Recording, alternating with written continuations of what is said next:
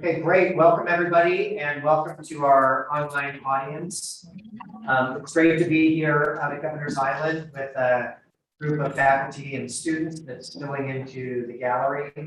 Thanks for coming out today. I hope you all had a great day on the island.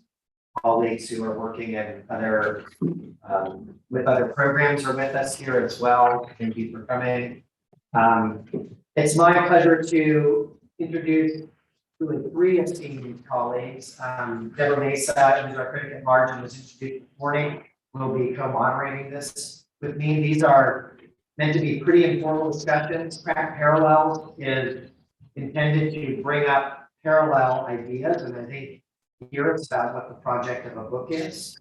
And they are always off-site. They're intended to get faculty and students off campus into other contexts to discuss things. They're usually one part faculty, one part student, one part other guests and alumni, which seems to be the composition today. So these are meant to be pretty informal talks. We'll have a couple of brief introductions and then we'll open it up to discussion. Marcelo Espina is joining us from SCIAR, founding principal of Patterns, and the co-author of Mute Icons. Nadir Chavani is the dean of Cooper Union, Berwin Chan School of Design. Did I get it right? Okay, Berwin Chan School of Architecture. And the founding principal of NADA. Both of these books I found to be quite interesting. I think when we planned this event, I wasn't entirely sure where the overlaps would be drawn, and I think we'll be exploring some of that today. But I think just a couple quick observations. The format of both books is unorthodox. Neither is sequential, moving through projects. Neither is intended or built as monograph. Both are comparative analyses to some extent. One is a larger body of comparisons, which is Mute Icons, which has a more atlas-like feel, but weird dichotomous associations of historical projects and conversations between theirs and others appear in the book. And Nadir's book, My House is, that's where it ends, right? My house is ... or is it still My House is better than yours? That was the name of the talk. But the book is My House is ... Brings together largely a conversation that Scott Goen and Nadir had in 2012, I think, at the GSD, about a house that was not yet built at that time. Is that correct? And other projects that Scott hadn't built, and associate other projects as well. There are other precedents, projects with their mentors, other projects of their own that are filtered into it, which I found quite interesting. They both build a discourse, and I think really use the platform of a book to galvanize history, misappropriate it, use it in creative and interesting ways to formulate ideas about iconicity that are, I think, somewhat flipped over, and also ideas about house and the domicile that I think are somewhat flipped over, while standing on the shoulders of a lot of great work in both cases. The last observation I'll make is that Mute Icons is mostly gray and a very serious, heavy tone. I would say My House has a lot of brown and golds in it, some greens, and certainly a lot of comedy. If you read through the exchange, I mean, I've always loved this about Scott, but it's almost like, you know, Jon Stewart and somebody else having a conversation.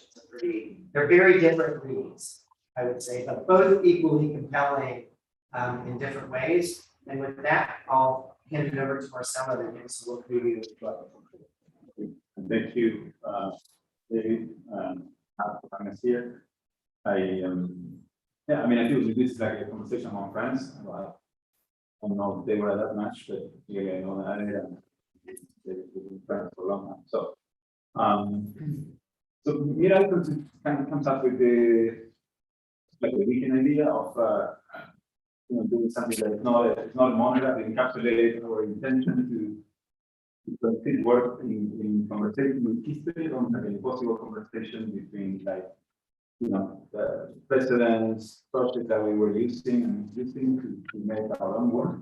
So it's a book by architects that intends to kind of build up, this sort of part history, part theory, and part pornographic atlas to try and like put forward our idea to what we think architecture could be today, or an alternative to architecture, maybe complex relationship with the image, and specifically with icons.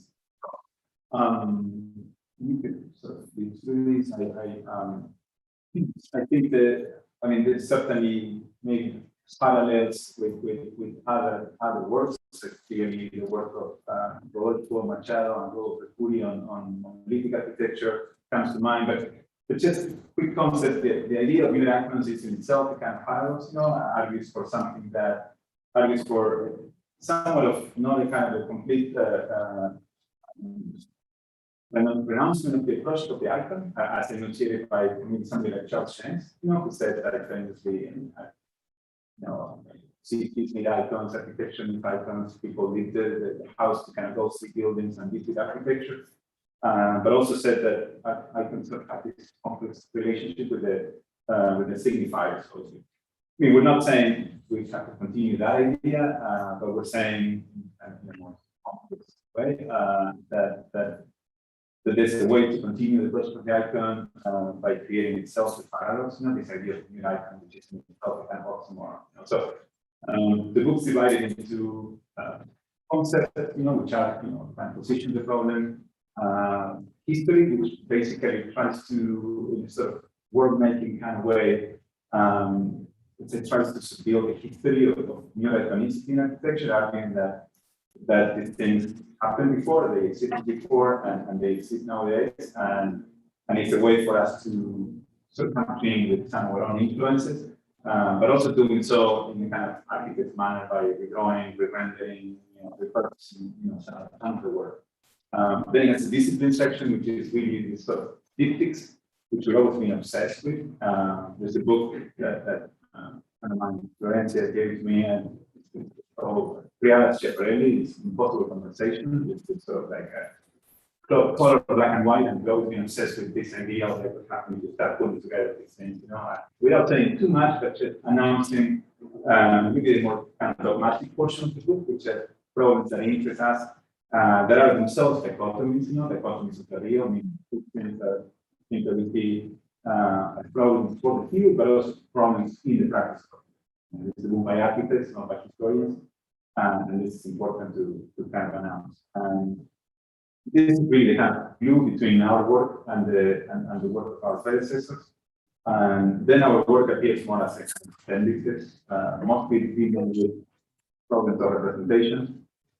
Through a number of obliques or hyperobliques or hyperaxioms, as we call them, trying to sort of connect the problem of abstraction and the real to mechanisms of representation, and maybe investigate the sort of the problematic of the mere icon through connections to conditions that are outside of it, like culture, geography, and maybe the local. So, there's like text there, interaction by the field, which also word making, which is maybe a it's kind of catchy problem these days, but not an argument maybe I would just make. But it's intended to kind of write a history and maybe also put an alternative to how you deal with one of position their own work, their own work in relationship with like something that can I'm going to work with others in conversation, and details. Like the idea that projects are all incomplete or monographs, usually presenting project in a kind of a solid way, and I think maybe it's an interesting kind of relationship in terms of on beautiful the idea that projects are both incomplete but also ongoing, meaning that an idea book that one could sort of take on, and it's not just only an architect monograph. Of course, our work is everywhere, even in the decisions of how to render some of these projects that were not built or were built, but let's say they're selectively real in some things. Certain materials are real, certain shades are real, certain contexts are real, and other ones such as seen as object. And mostly the choice of oblique views is most good. I mean, there's perspectives which are more grounded. It's much more solar, you think, saying that in trying to depict the space of the objects with it, rather than objects in space, which is here to see in that.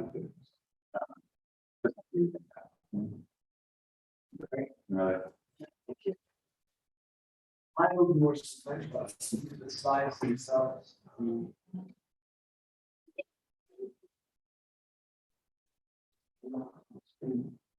So it's a pleasure to be here, and thank you for having us. The beginnings of this book, in part, had to do with COVID and the exasperation and boredom of what to do. That's fine. I can about it. Yeah. But the conversation that the book inspires started many, many years ago. Scott Cohen was a fifth-year student at university when I was a sophomore. Eventually, I followed him to the GS, not directly, but he was there as a professor, student.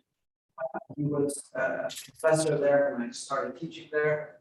And the two of us have led a completely different path from both a disciplinary point of view and a practice point of view. And yet, in a very mid stage of our career, to do a house that I felt was committed to and dedicated to a pedagogy inspired by Scott.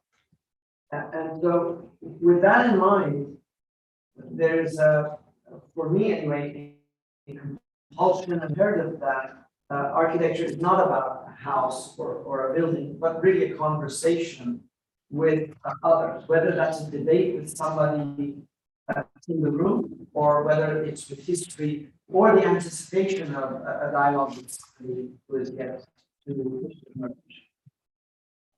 Next slide. So these are just giving you some indications of that history, our own pedagogies coinciding with Travis and Betty that you brought up earlier. Scott's own work serves as a potential counterpoint. The precedents that you showed, I don't know, it's a slide ago, no, I'm referring to you should go back. The one with Aldo and those other people was really a close study of architectures, all of which, there's another aspect. There is an element of this project which is really not about the house at all, nor the conversation thought. It's how do you even read a book? And what is this book about? Well, it has an introduction by Robert Levitt, it has an introduction and an epilogue by myself, but really it's the transcript of the debate between Scott Cohen and myself during this event at the GSP. There is in the central core the conversation, edited for clarification. And then there's side notes in the marginalia by both Scott and myself. And within those side notes, there are references within the text that either recall precedents or arguments that were never on screen, but that help provide a kind of crutch for how to bring theory and history into that conversation. And then, of course, we also have changed our minds since that conversation. So it gives us a moment to revise our own positions in the time. So for those of you who are interested in that kind of provisionality of your own positioning, on the right side, there are images of our house, of Scott's house, and of the key moments that formed that debate. Sorry, go ahead. And so that conversation in history is quite potent and requires a study. In our case, it also involves a condition of internality and externality that is not required. At once enclosed and autonomous and insular, at the same time an extension of a landscape and the continuous that revolves around this overlapping section, which has to do with the idea that the public level is not at the same level as the bedrooms.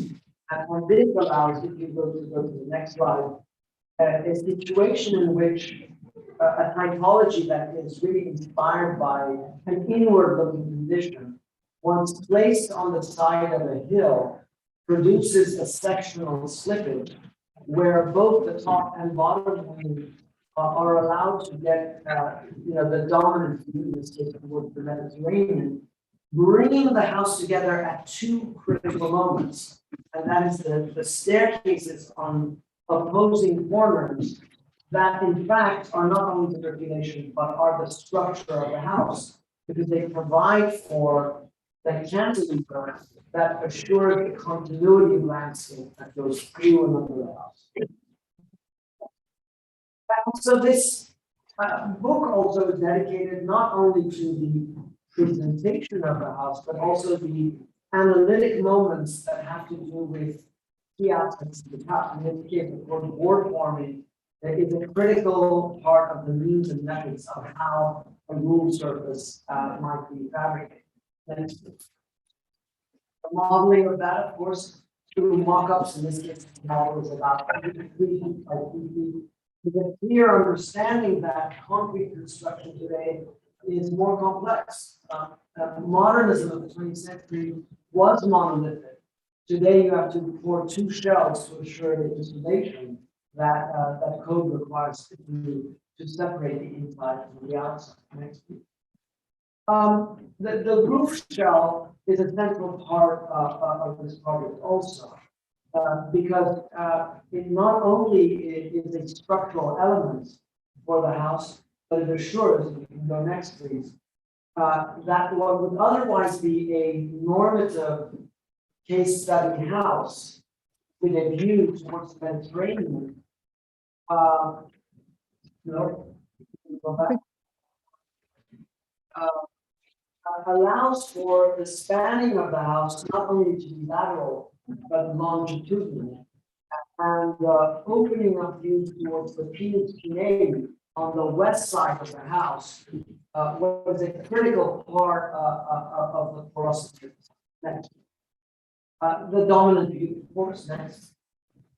And the pool around which this port operates happens to be the very magnet that the lower wing is structured around. And so then the circulation is sponsored by the bedrooms on one side and the pool on the other next. The ways in which each of the bedrooms, of course, have their own views, next, and the material conditions that were never ultimately fulfilled. What you're looking at here is the finished surface of a sandblasted stone wall that then gets poured against with the concrete. The aggregate of the earth that is local is actually quite red, so it produces what is this otherwise warm hue in what would be a gray concrete element. Next. But we did do some studies that were critical to this, that would inspire a slightly different strategy. So for academic reasons, there are 2 animations that show 2 different strategies. The first, against smoothness, an idea whereby the rustication of that house and the stones of southern France are parametrically controlled in a representational way as they emerge into the thickness of that entryway. Something we found too overtly iconographic, I would say. So we searched for a second strategy. Go next, please. And next, please, where the actual aggregates change in density and size as you go from the interior to the exterior, such that the figure ground relationship between concrete and stone evolves such that eventually the concrete, the mortar, is the negative space between just a wall that you would find anywhere in that landscape. And naturally, this involved a kind of tectonic and a labor condition that was overwhelming, which resulted in the actual house that was built. Next please. Construction is quite violent for those of you who have the luxury of doing so, and it involves not only saving the trees behind it, but also a kind of delicate surgery into the landscape that is then reconstructed. So there's no pretense towards the extension of that landscape as a natural thing. It is to build that landscape, you have to reconstruct it entirely. And then, of course, there is the problem of patronage, codes, zoning, and those things that make buildings compromised. And the postscript is a confessional that shows, in fact, everything, the way the house was actually built, what those things that we die for, what we will Photoshop out, and what we will keep it. So, end of that. The bloopers. That's the blooper. Great, thank you.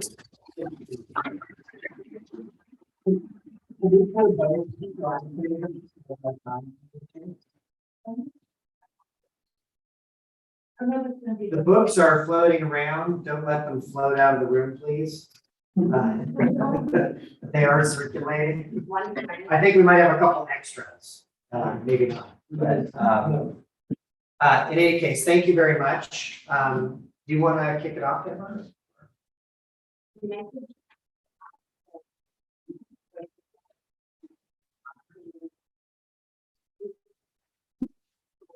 Haven't been able to read the two monographs fully because I was able to get a hand on them on Wednesday, but I did read a bit through them. I did study the structure that they have and familiarize myself with the things that are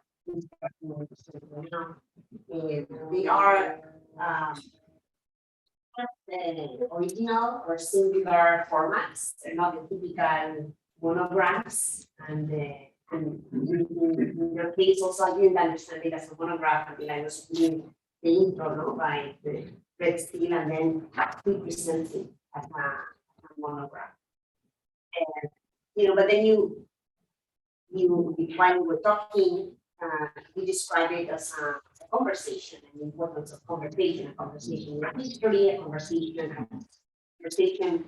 throughout time, revolving conversations, and to structure these monographic works. So maybe could you speak a bit more about how these conversations will help you present the work in the way that you feel is more fit, and also how these conversations are not conversations necessarily that are aligning with your work, but sometimes are showing, disclosing the tensions, about dichotomies. This is the conversation with somebody who has a different take on or measure on architecture. So it's like to hear more about how you can use productive for presenting your work. Yes, I mean, the way we thought about it was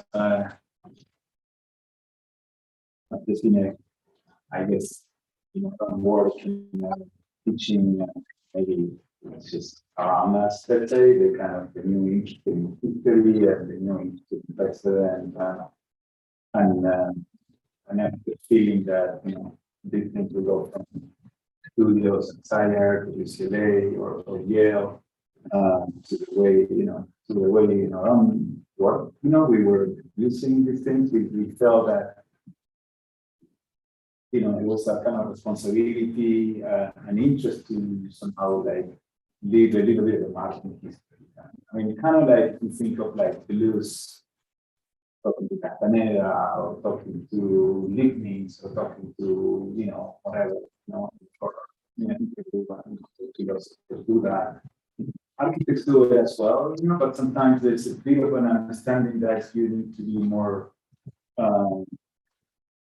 you need to be more protective of your own work, and then functionality, the things like sometimes there's an understanding or an appearance that things kind of grow up from just nowhere, or like that everyone starts with a kind of empty canvas, and that's not the case. And so in that sense, when, wanting to do the campaign was to say, hey, we can have conversations with you, things that, like, not only say we had a conversation and we'll make a quote, it's just like make this work appear again, and then for a number of reasons, which you think fairly safe, it's just find a little bit more of it's really make it talk, and then analyze our own work, within that. I think that's I don't know, I mean that's, and then including people that are maybe closer to, I mean, the architect that I like. So I mean, some people, some historians might say that's kind of maybe dangerous thing. I mean, I think that, and so that's why I said, like maybe a certain part of history written by architects in a certain particular way, maybe speculative way, let's say. There's a lot of writing, obviously, there as well. I mean, it's like what we're saying about this work, and might not agree. So I don't know. We thought, I think this is part of the work we do. At least I think it's part of our work, and other intuition on some of it. So that's the way we thought about it. It was kind of a risky thing, but we thought about also then as format, maybe get it right. Let's see what how could. And then of course that there's a format in that. I won't go from that in the video, but then how do you do it to make sure that it's like, like I mean, I remember friends saying like the worst part of complexity and contradiction and the need of New York is the entirety of the architecture on his own work. The tour should have not showed, the station, and Brent should have not showed the painting. I sort of agree with it, but I also said, he's not an architect, and I am, and I said like, well, but that's, I don't know, for me, it's like, I think we got time to do something new. I mean, this could have been an idea, and not our own work. It's like, maybe not the story. So how to do that, it was certainly a challenge. To do it in a more creative side, which we found. Finally, I love picture proof, so I thought like, you want to read, it's a lot to read, but if you want to just look at pictures, I think you can also read. I respond to you in two ways, one molecular and one raw. They move directly from the conversations with Scott. That ongoing debate with Scott over the years revolved around his bias towards geometry as a generator for architectural discourse and material abstraction. There isn't a material outside of geometry. In our case, on the other hand, there has never been a geometry until there was a material. And therefore, because historically we always worked with certain materials, the unit of construction, whether it's a clapboard or a concrete block or a brick, or that's been a mediating factor to the principle of unity methods through which geometry can be constructed. This was one project in which, for the first time, after 20 some odd years, we were confronted with a liquid material, concrete, that would essentially be formed in almost any, assuming that the form could hold that. And there are of course, more than one way to hold that form. We decided to do it this way. And so I found myself in a territory where I would have to wear Scott's hat. And in that context, where this juvenile discussion about my house being better than his house came up, I was looking at the house that you worked on and the Cameroon house as the launching point of this house. Not because they have anything literally, there's no literal affinity between them. There's a modality, it's a kind of knit that they share together. And Scott said, no, I have a much better house. And then the house that we happened to think I thought was atrocious. And I said, yes, you choose that.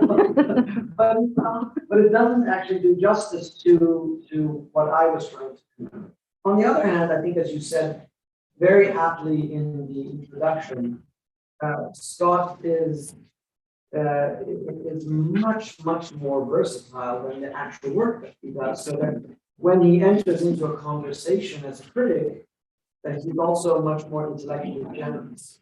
And so, knowing our predisposition towards the detail as a generator of a myriad of conditions, is also very critical of the idea of Gesamtkunst and the whole notion of the totality of control.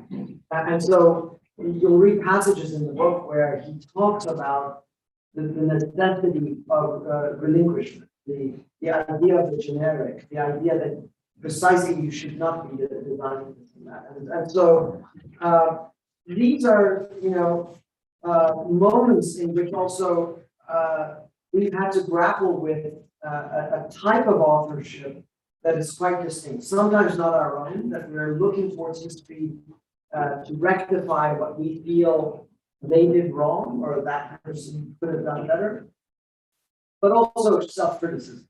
That for 20 years I worked to elaborate, and I would say elaborate towards the edge of the cliff of mannerism. And now for the last 10 years, I've also been working more as a curator to edit all of the shit out of our work, because there was a lot of it. I mean, I think first of all, I think conversations are potentially a very timely way to think about media and the delivery of discourse. I would argue that the long essay and the kind of authoritative voice is probably not one that is politically welcome in the current climate.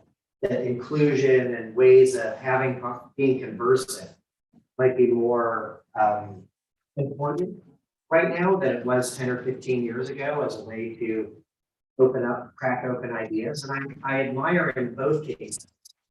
And I think maybe it's a little more pronounced in your book, Nadir, but it's evident in both, that there's an interest in bumping yourself out of your own tunnel vision and modalities. That is the purpose of that discussion, and there's anxiety in that. In both cases, there's anxiety. I mean, I remember Marcelo, I forget who you guys collaborated with, I think it was SO, but the large scale project you guys did in downtown LA, there was a lot of anxiety about how does this fit into our mode and what we're doing. I think that elasticity to stretch out comes through a willingness to be conversant and listen and test some of those things out. And I think I admire that in both cases. I cited earlier today what in the crits for the first year students, one of the passages that Scott mentioned where he's talking about, there's a lot of architecture. It's too much architecture.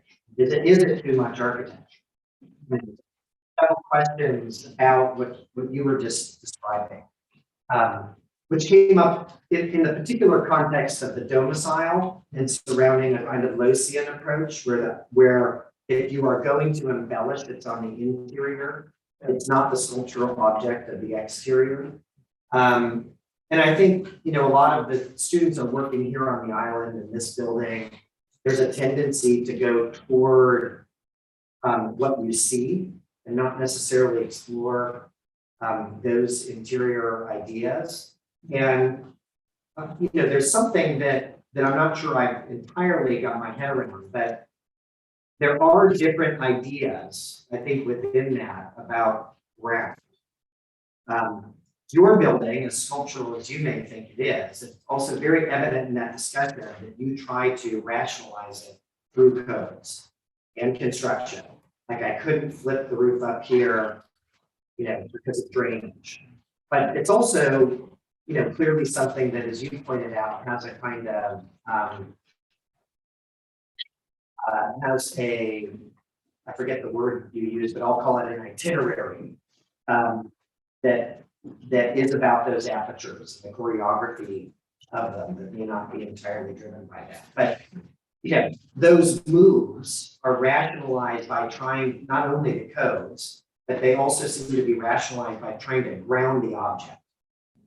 It relates profile lines and pulls that pool back out into the landscape, like nips and tucks that kind of make it so that that's not just floating. It didn't just land. There are weird traceries as constructed as it is. And I think in new icons, it seems to be a different, maybe a different argument. I don't know, this might be something to talk about, which is to say these things are groundless. If you want to ground them, you need to mute them. And then they become the backdrop, like the scene in League of Shadows in The Walking Dead. Am I remembering that correctly? You know, seemed to be an argument that this made it into the film as a backdrop of a scene. It was not the protagonist. So, you know, we see Frank Gehry projects in movies. We've all seen, or maybe not all of us, we've seen Gattaca. You know, the ego and the architecture is the protagonist. It has an iconicity that is rendered through that cultural framework. Mute icons seem to be, well, I'm going to ground it. I'm going to mute it. Somehow it's going to fade into the fabric. But that's done not so much through precise parametric or articulated frameworks, but it's almost like noise. So it's a different idea of detail. I'm going to use the detail to, diffuse it, give it a mutedness. I mean, that because the theme of the semester that we're looking at is land, and Deborah's role has a lot to do with ground and land, and so I'm trying to provoke a area of discussion here that might be helpful for the students to think about. That talks about that. When is it too much? And two different strategies of grounding and landing that you're both kind of looking at, but they're quite different in sensibility. Yeah, I think that's a great point, and it's a great connection with that. I was thinking like, you know, super simple and probably adaptive. I can very expressive, you know, proposal by means, like kind of a on the plan new elevation. You know, you have this sort of dichotomy, which is interesting because, you know, to think of your house, you know, it has certainly kind of moments of iconicity. If I were to kind of, let's say, bring it into the rubric of the new icon, moments of iconicity where you kind of read the silhouette, you know, clearly the approach, you know, the main view, where, you know, the hyperbolic paraboloid, the overhang, and then moments where, you know, one could confuse it with a kind of a mid-century, you know, but it has a kind of a relationship to the ground that it's like landed, but also kind of, you know, excavated. You know, I think that I think you mentioned ideas of hatching.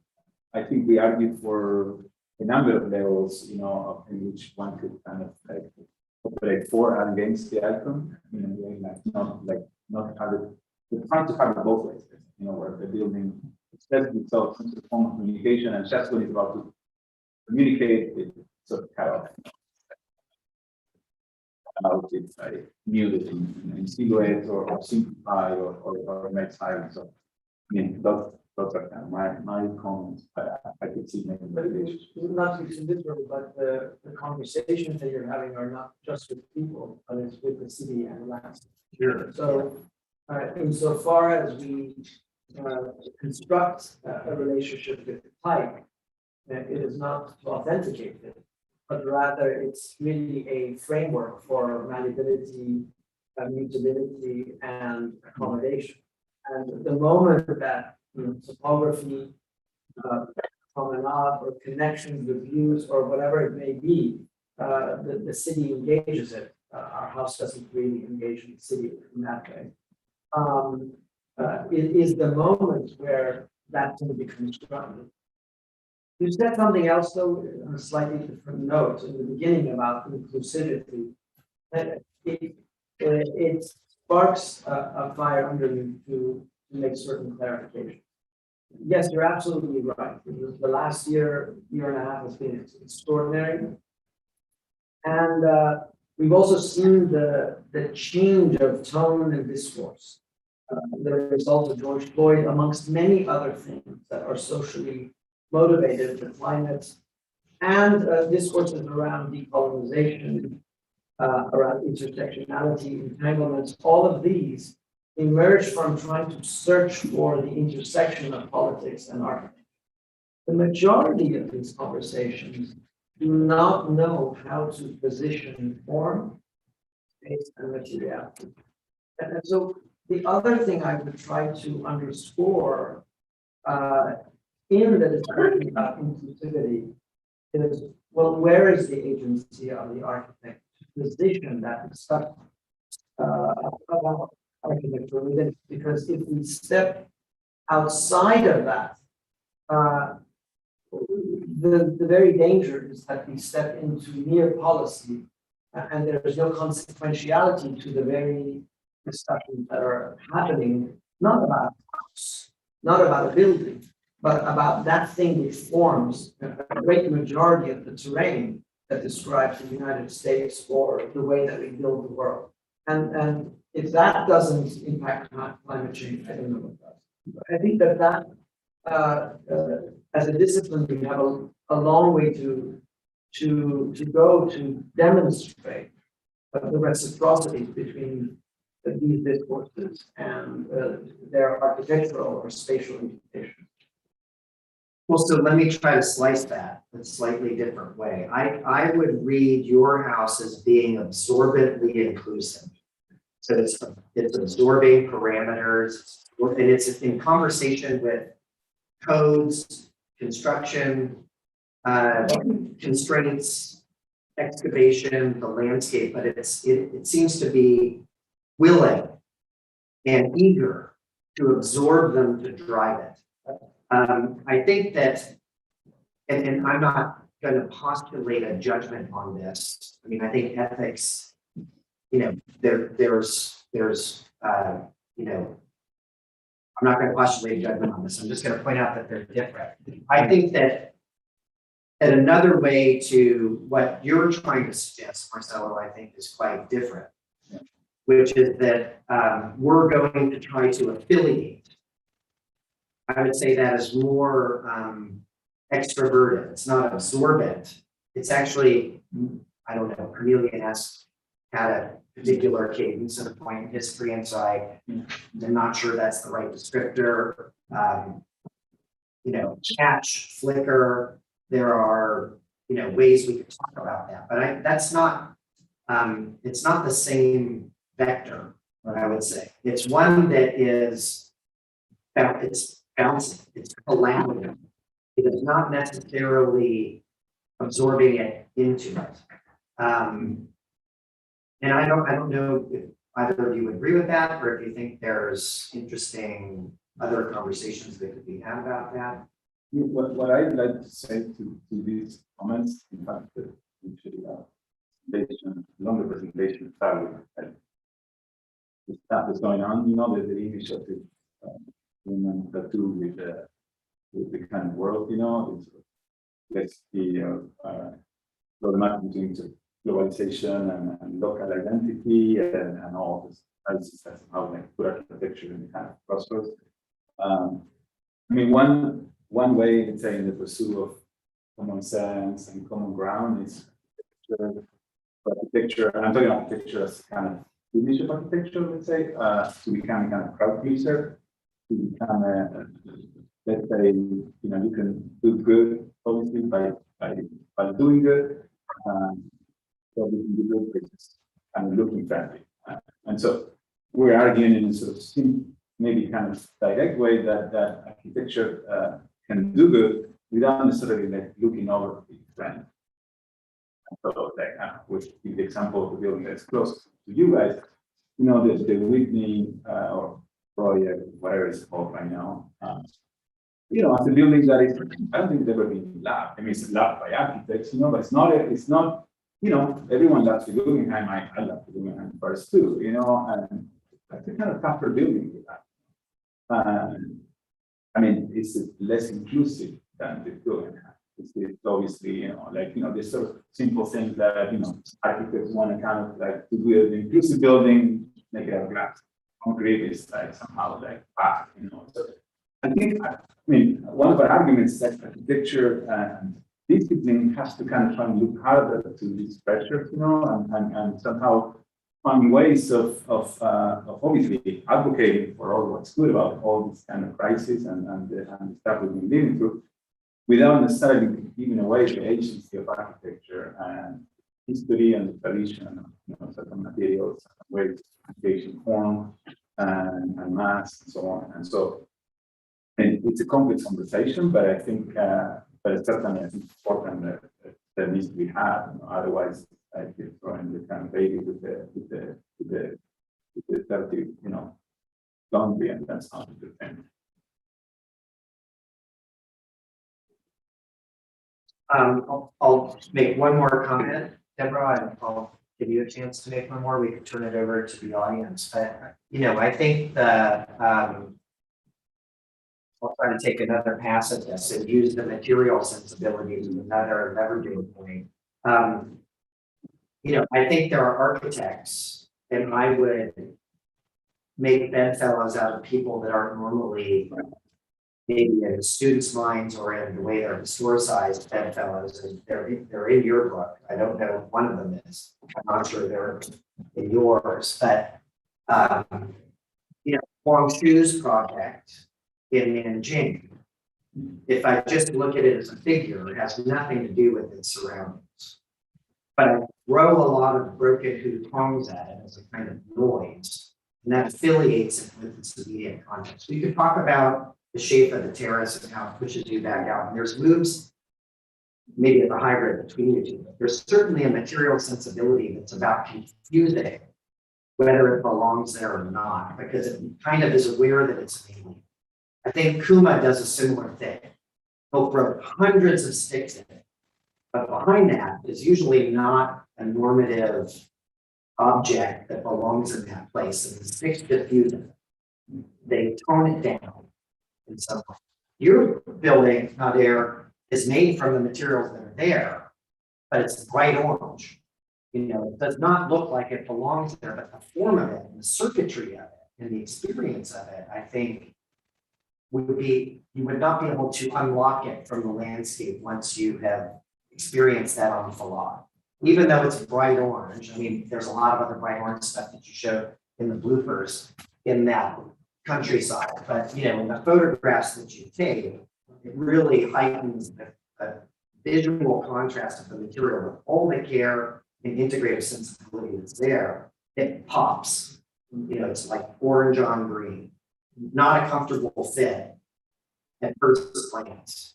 So, I think there may be different ways of discussing inclusion and what is ultimately the opposite side of that, which are some forms of exclusion, decisions that are made, maybe different material ways of attacking that. To be clear, that bright orange is actually the literal earth. It's the earth from right there. Yeah. But you bring up an interesting question about textualism, because we assume that this is not the right project to have that conversation around. But the assumption is that contextualism is a kind of knee-jerk response to the context around you. But some of the greater projects produce the context through the way that they form the situation around them. It doesn't mean that there isn't a context around it, but they redescribe that context in the way that they insert an alien artifact in it. And so I think that probably our project is a kind of mediator between these two strategies. The type is not idealized, it is absolutely malleable, and yet there is a redescription of the context because the context certainly didn't work that way before, and you are reforming both the agricultural landscape around it, which has, as well as the promenades that mediate between the lower grounds and the Pinus Guinea of the upper ground. So, but the passivity of contextualism is put aside. And of course, then there's the politics. Look, there's another discussion I'm going to have about the house, a wealthy house. Yeah. With the kinds of protocols to go through the building boards and all of that, and the latent corruption that is behind the scenes of that is too dirty to tell in a way. But there is also how the politics of historic preservation is used to leverage projections and acceptances to get something that is acceptable to be looked. That's the subtitles of this house.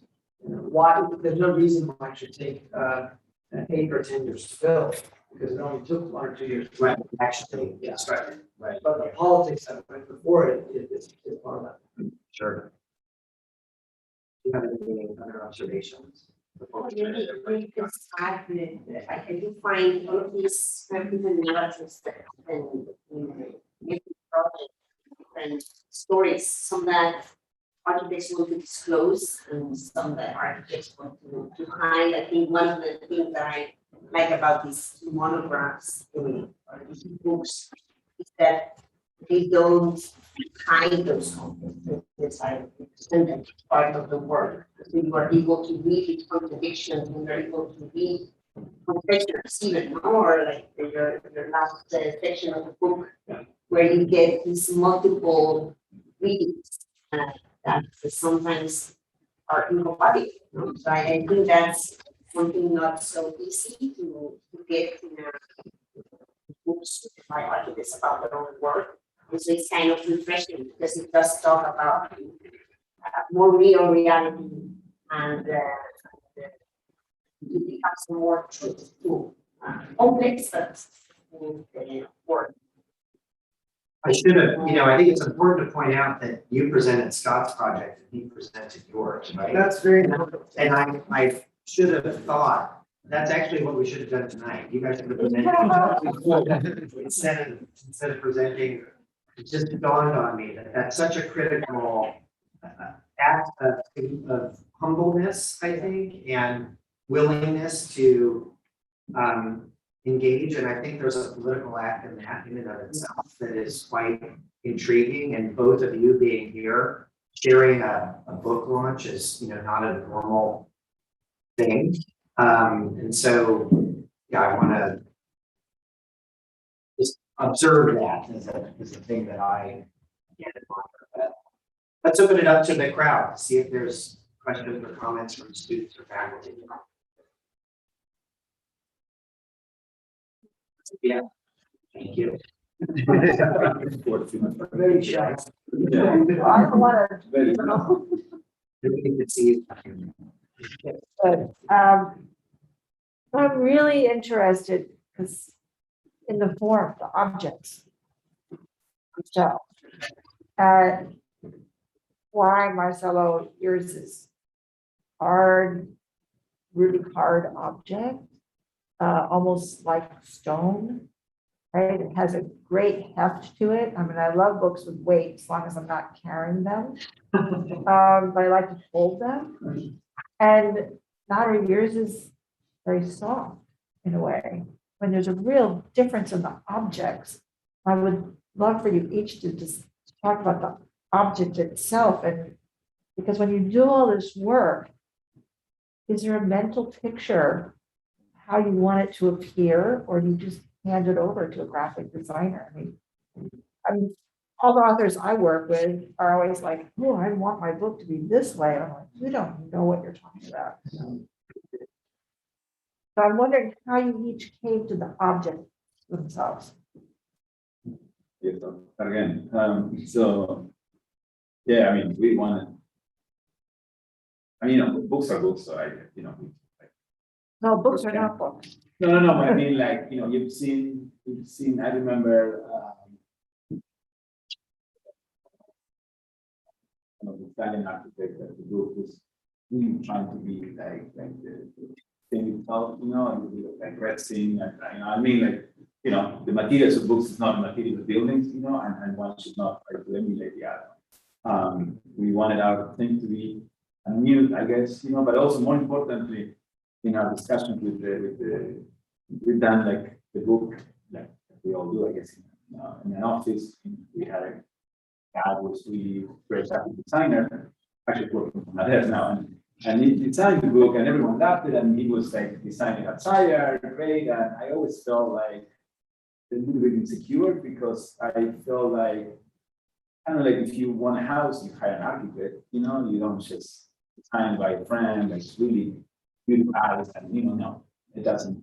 So we decided, that I got the designer and changed it and formatted, and I, said we really wanted a classic book, we wanted a book that, we don't want a fancy typography that 5 years from now. So you were a client, so to speak. Yeah, in a sense, For the exactly. So we came up with something that needed to be super classic, super repetitive. When you look at your PDF, like 100 pages and so on, and the previous one was all over. But when this came to our office, everyone hated it, because they thought like, oh, it's too old. I would say, like, it's kind of like, we're arguing. Hate it today, maybe fear it a little bit, like it's more 10 years. To be great. It's a little bit of that, I think. So we really wanted to do something different from our first one, from other things, where maybe you had like typefaces were like funky and so on, and so this one. But you still wanted it to be a heavy book. Yeah, of course. Like I have a myth in my head that, like, you guys are like, how many pages will it take to make it 5 pounds? Let's fill up that many pages. It's also That's what the moniker. paperweight you. The paperweight, Yeah, yeah. it's like how many pages, what weight for it to weigh, Yeah. this amount, and then we'll fill it in. Right, but it's not that, it's not like it's in an Excel, it's not like, I'm not trying to be big for big. I confess that, for whatever is bad in this book, it's all our fault. There wasn't a graphic design. It did the entire thing internally, and it was just online during COVID. I did have an idea about the book that, it should be just frivolous enough and big enough that it would, a client would love it. Just big. It's square, right? It's square, yeah, it's big format so that somebody who wants a house or a building would look at it and just say, wow, this is beautiful. They don't have to read it. I wanted another audience of, let's say, people interested in art or architecture that would be interested in reading it, to be amused in the way that you were amused by this exchange, which isn't necessarily of that much depth, but it has many references and it's quite intertextual. The third quality I wanted, I said I didn't want a book about a finished building. I wanted the process, the analytical drawings, the modeling, all of the things that go into the inception of it to be in there, but it's non-linear, as you put it. That you won't look at the plans and the sections and the elevations. There's a conversation happening. And so the diptych that you see is a direct index of that conversation. There's always the conversation here, always the each here, always the marginality there. So there is we kind of invented a format and just went with it all the way to the end. Of course, that allowed us also to show anything from precedents to sketches and other things. And so, again, I say this with humility that, for the innocence that it takes to do a book like this, from people who actually know what a book is, that all of it's. But you didn't want it to have like a bendy, So no, yes, like it's got It's- a yeah, it's elasticity, not- it's it's like, not- it's like springy, Yeah, right? no. It's got, it like feels. so I wanted what you're something that like. would look like a hardbound book, Yeah, but then you pick it up and it's. but I wanted the defamiliarization of stuff.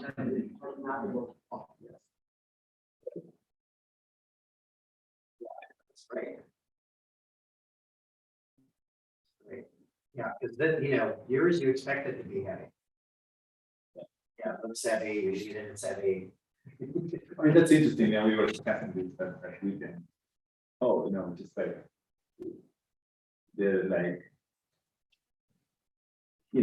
we weren't friends, all of the things that quickly one would see about our books are like so far apart. I mean, it's like one is hard, the other one is soft, this one is hyper specific, and this one is super general, our books have like, I don't know, 60 projects and there's not a single interior, one house that had like construction drawings and, and it's all about interior, exterior. There's a lot of this, but yet there is a kind of, possibility of that idea, that from a from like a molecular level, you kind of see the world, and from the world, you kind of see the sort of the big part, I think that's actually, I mean, to me, that's significant because obviously that relates to the way architects are, meant to work in the way that architects are builders, but architects, electrical. Well, they're really different because, and Otter said the word, and you didn't, but I'm curious, which is the word audience. Like you can't presume to be an audience for a building, I don't think, in the way you presume or hope there's an audience for a book. I mean, when you use the word audience, you said something about also people look at this house, which I'm really immediately thinking, oh, clients, right? And other people read the conversation, oh, academics who are interested in Scott and modern, yeah, Technicians. yeah. So that did you think about audience? You mentioned history before, but what does that mean? We'll give it to clients, their own perils, I mean, they know us, but no, I mean, yeah, we thought about, this I think was an epic failure that we didn't want to reach as an academic book. It's still pro, I think that, that could be not a table book, but it is, it's also a book of pictures, it's a book of images. So in that sense, the audience, obviously, of course, students, the architects for sure, but also kind of just the friends that are athletes or it's to enjoy it as well. So in that sense, as well as a kind of, I mean, the point that Brett makes is that it's a kind of atlas. And to that extent, I think it's maybe the best way is to kind of choose your own adventure. Like you can flip it backwards and forward, and there's such density that you're looking things up. And it's a kind of almost a reference, if you will. Which I think is interesting, but different than tailoring a book around triple or quadruple simultaneous audience, which is kind of what you're doing. Like it's actually looks like one book, but it's actually 4 books with 4 different constituencies, maybe more. I'm just, trying to do the math. I have this aversion to doing those perspectives for the city, the other ones for the client, and the other ones for students. Right, but the marginalia, which is that a word that's an existing word. Yeah, it's a real thing. I've not heard of that before the book. I love that. But I mean, that is like, that is a whole other book. Right. And in the contemporary climate and the way discourse is absorbed, it's not really, And all right. that is part of that. Sure, but making it pictorial and running it vertically rather than horizontally, I think there's a very interesting way of hyperlinking and allowing the kind of confusion of the multiple audiences to coexist. It's quite interesting in the book. And again, that's why I was saying there's something kind of contemporary about the conversational model of the. Yeah, that references are posted. Yeah. Some of the pages, they're just posted there, Right. that are just added, just so you know what you're looking at, There's little essays on. Maybe just following the audience. The purpose, when you were thinking about these books, was the motivation to really produce a book for a specific audience? Because even clients, yes, they could read that book, but if you want to make a book for a client, you package it in a different way, and you put more words, and you don't put the confessions, and you structure it more as a commercial vehicle. So in that sense, what is the motivation? There might be many, but there's always like a driver that you really need to get this out because it's either an amazing story or because it's a therapy that you need to kind of figure it out, or because it's because it's you reach that kind of But when you of watch some of the Almodovar movies, there are multiple narratives that coalesce in one moment, where at the end of the movie when it all kind of comes together. And I do think that precisely because of what we do for a living in academia, you actually have to step outside of that and look back at it through a mirror. And so for me, it was very important to Now, maybe, no, I'm not, maybe this isn't a good client quote, but it doesn't matter. What matters is that you're speaking in different voices. I think that's very key. So, to the extent that we speak different languages as architects, I think it's important that these books do finally allow for a different conversation with the world out there, whatever that world is. I just want to really this moment you can say, I'm gonna make a book not about the Daniels building and make it about this house, with this story, with this narrative. In this conversation from years ago. You want to know why I do these things? Because I do feel that the discipline is in peril. I don't think many people anyway are out there to do something about it. And I don't feel insecure in revealing the concepts and the friction that are innate within that discipline. And so to show them is an important part of also securing disciplinary. That's what it is. We're gonna have a hard stop at 6 o'clock because the last ferry is at 6:20. So we're trying to fit in one or two more questions. Yeah. I'm curious about that process of, I guess, vulnerability, exposing these things. Did you find in the process of writing the book that actually, or having the conversation, I guess, because you wrote it through conversation, it sounds like, that somehow the book taught you how to resolve these things or think about these things in a way that when you're living them through a project and you move on to the next project, you don't necessarily reflect as deeply. You know, did the book push back kind of materially on your thinking in the way that, say, when you're working with the landscape and building the landscape itself also pushes back in work? I think it's a very difficult question because those people in the room that know me know that I don't write. And he was the first editor of the first article You can write. But I'm saying that I'm basically a student of writing, I'm not a writer. And this is our first book. There was a monograph over 20 years ago, but this is not. So now that I do write a lot, I'm very careful to make sure that I have many readers and many editors for different segments, so that it would be wrong to say that it's just authored by me. There are, the same way that we reflect on the conversation with Scott and with others, there is another conversation in building of the book that is intense. And those other books, it's interesting, like often an editor will get your voice better than you will get your own. Often they will take your voice away but get the contents better. And you're always trying to struggle to maintain your voice, the color of your voice as it were, but hone the content at the same time. And I think this is that book, this book in particular is really a demonstration of that struggle. Any other questions from the audience?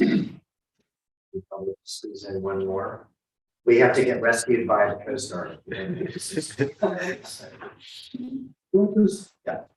This one, this part is really very fascinating, I think. It started with a conversation question and rolled back over into how architecture fosters conversations or how participates in conversations, and how we as architects carry on conversations. And I'm seeing the book that I've read. But I am curious to see, would you then want to argue maybe that it's a model or can be understood, but if we understood as a model of another kind of discussion, not to say discourse, but to find the kind of overlapping and diverting and the role, even the necessity of marginalia to be an important part of discourse. All the kinds of things you seem to have done in it. What is the role of those, say, in teaching or in this? Think about the way we teach. There's always a delicate relationship between images and words.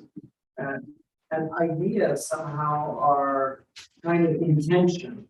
The images are embedded in ideas. The words are two, but they're two different media that are struggling to align with each other. And I think that the book is a perfect place to show that, and to demonstrate that.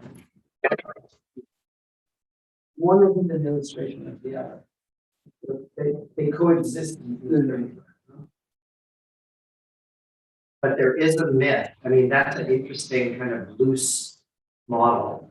As opposed to the myth of the tight fit, like the monograph as the polemic, as the manifesto, is that the words match to the T. I think, there is maybe a more liberated, liberal way of thinking about those as sliding off of one another that might heighten your awareness in its reflective capacities, might include other voices because of those divisions. But certainly is an important part of our practice. I think you also, David, sorry, the parallel that Nadia was bringing up is actually related to that tight fit. The belief that we have that we can actually use words to describe these things, we have the ability to make that tight fit, is a perilous position, I think. Is that we use it, to reopen it to the public, to provide this discourse, is a very, very valuable thing. So it's, that trap is a very perilous one.